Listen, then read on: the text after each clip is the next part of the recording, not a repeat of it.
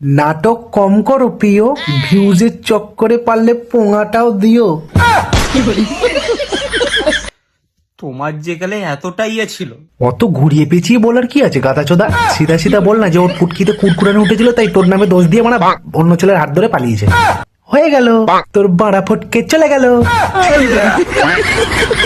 এই আজকে আমি যেই পথে এসেছি না, এই সোশ্যাল মিডিয়ায় এত কিছু হচ্ছে, এর জন্য দায় শুধু reach views, reach views, reach. তুমি যদি আমাকে এতটাই ভালোবাসতে, তুমি কেন তাহলে আমাকে আগে বললে না? কেন বললে না?